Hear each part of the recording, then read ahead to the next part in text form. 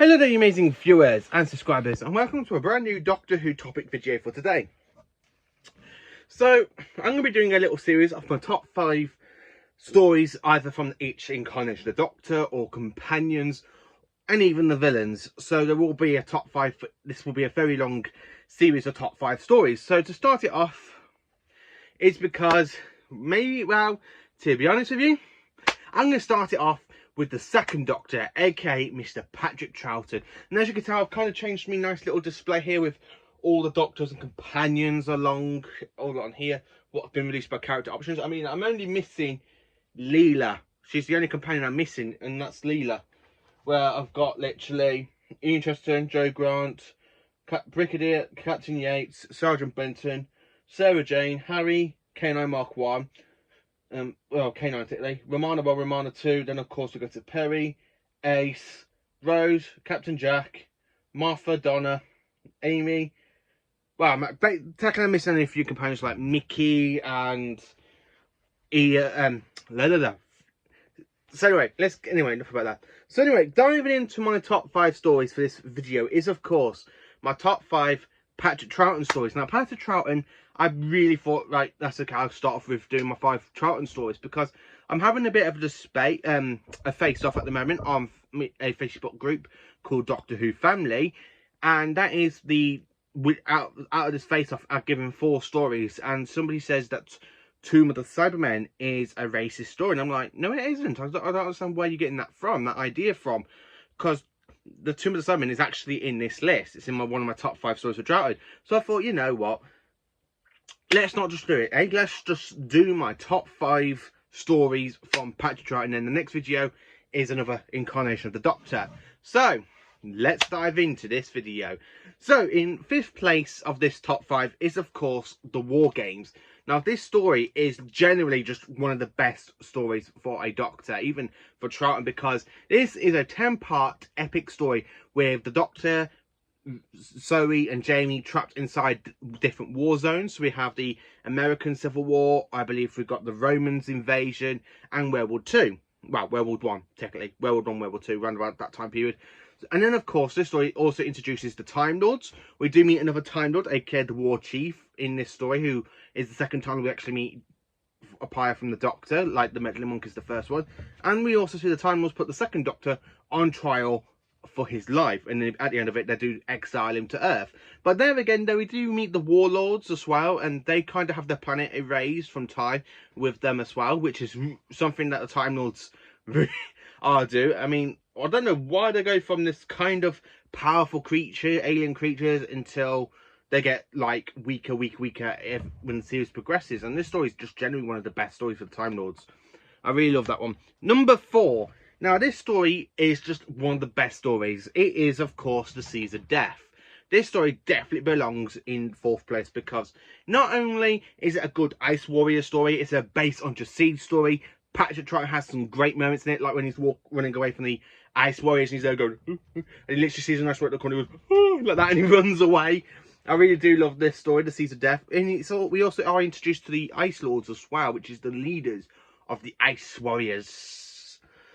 And of course, this whole base of Siege is on the moon, where they're after the Tiamat and try and get hold of the world's climate change thing, which basically the Doctor does interfere and ruin for them. And it's just a good story, it really is, and deserves to be in 4th place. In 3rd place, this story, for me, it's really, really good. It's great. I have to say, this one is Power of the Daleks. Just bang on, Power of the Daleks. I mean, what's so not good about this story? I mean, Troughton's just regenerate. Well, the Doctor's just regenerating into his 2nd incarnation. We got Ben and Polly, who are led wondering who this new Doctor is and what's gone on with the Doctor. Why has he changed his face? And of course, we meet the Daleks. And of course, we are on the planet Vulcan, not the one from Star Trek. We are on a different planet, Vulcan. And this story is just a really great Dalek story, because the Daleks are using static electricity like they did in the very first story, the Daleks with William Hartnell. And of course, when it comes to defeating them, or in the words of the 3rd Doctor, the Doctor reverses the polarity of the neutron flow and making the Daleks explode. Some Daleks do survive, because we do find out in the 11th Doctor's run that some Daleks survived the 2nd Doctor attack on them. And this story is generally just one of the best things about the story. I mean, I love the fact when we've got the mirror and you see Hartnell's face change into Troughton's, and Troughton's just there going, In the animation, it's just spot on for the story. It's really good. Power of the Daleks is good. I do love Power of the Daleks. Number 2, this story I really love, and it is, of course, The Tomb of the Cybermen. This literally deserves to be in second place. The first story from season 5, and it continues on from either the Daleks, with Victoria entering the TARDIS, and the Doctor goes, "Here we are, welcome to my home." And he goes, "What? The TARDIS? The TARDIS can travel anywhere in time and space." "Oh, no, don't laugh. It's true." And I love the fact when the second Doctor goes, like when they ask him about his age, and he goes, "Well, going by your human terms, I'm about 450 years old." And Jamie and Victoria just like, "What?" And also this story introduces the Cybermats, and it introduces the Cyber Controller as well, and it's a really great fun little story for the second Doctor. And I am in the debate because someone says this is a racist story. I don't understand how it is racist. I mean, it's a good Cyberman story, and I don't really see anything racist about it. If you do, let me know in the comments. This story is literally just a superb story, really superb. I absolutely love The Tomb of the Cybermen. It's a brilliant story, really great, and I can't praise this one enough, but not as good to be number 1. So this next story in my number 1 is, of course, this story. I first watched it when I brought it on DVD. I went out to meet up with my friends back in a couple of years ago, around about 2015, and I brought this DVD back then. And this story has always remained since 2015 to be my all-time number 1 second Doctor story, and not just that, my number 1 Cyberman story, and it is The Invasion.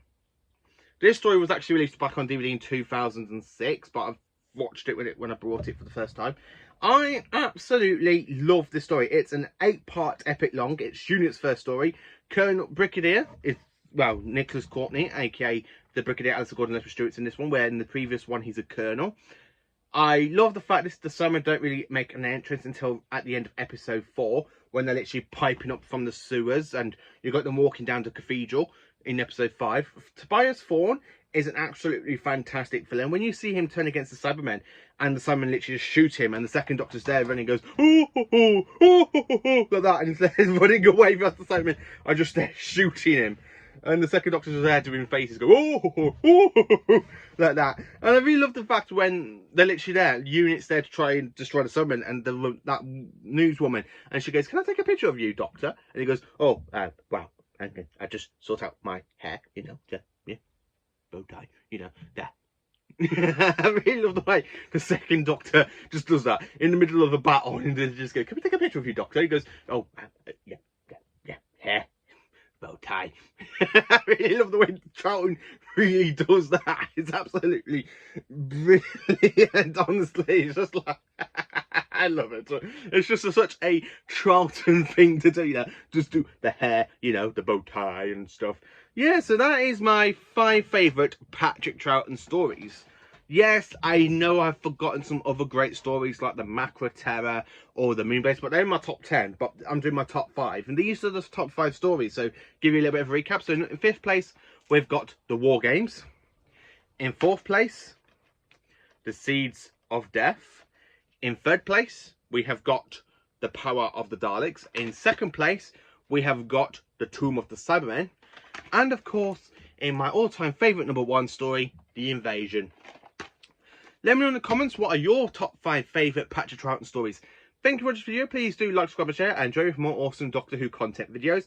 And join me for the next episode of my top 5 series going on.